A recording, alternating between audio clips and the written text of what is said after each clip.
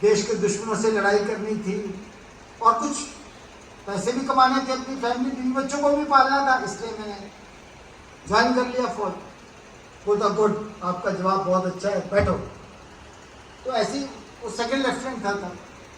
तो तब वो उसने कैडर पास नहीं, टेस्ट पास नहीं किया था, तो उसको सलूट नहीं मारता था जेसीओ, क्योंकि वो रूल था जब तक वो पास नहीं करेगा तब तक वो अफसर नहीं कहलाएगा, ना ही ऑफिसर मेस में खाना खाता था।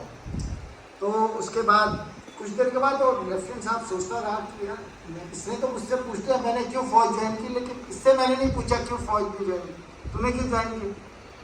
तो कुछ देर बाद वो जब ब्रेक हुआ तो गया उस बात के पास, वो वहाँ उस किताब में जो लिखा है वो ये लिखा है कि वो एक पेड़ के नीचे कैंप स्टूल होता था हमारे टाइम पे, और जी जो पुराने हैं उनको पता हुआ कैंप स्टूल क्या होता है। तो एक पेड़ की छांव के नीचे बीड़ी पी रहा था वो सूबेदार धन सिंह उसका नाम था।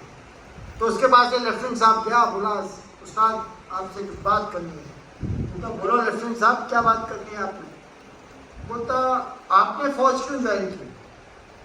तो थोड़ा सा उसने बीड़ी का कश थोड़ा लंबा सा लिया, उसका उसने लिखा, फिर कर्नल साहब ने उस किताब में लिखा है कि उसका जवाब जो सुन के मेरा जवाब उसके जवाब के सामने बहुत छोटा था। उसने बोला लेकिन किस्मत को यह था कि वो मेरा वॉइस यानी कि जेसीओ था और मैं उसका ऑफिसर था।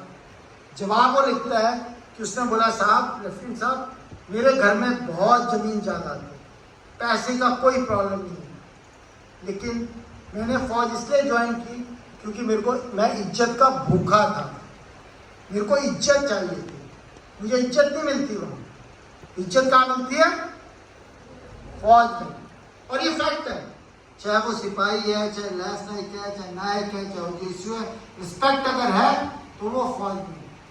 चाहे वो सोसाइटी से रिस्पेक्ट हो, चाहे जूनियर से रिस्पेक्ट हो, चाहे सीनियर से रिस्पेक्ट हो, रिस्पेक्ट बहुत जरूरी है। अगर आपको एक सिपाही या कैडेट भी सलूट मारता है तो आपका फर्ज है कि उसको वापस सलूट मारना। क्लियर है मेरी बात? तो ये रिस्पेक्ट किसमें? आर्मी में।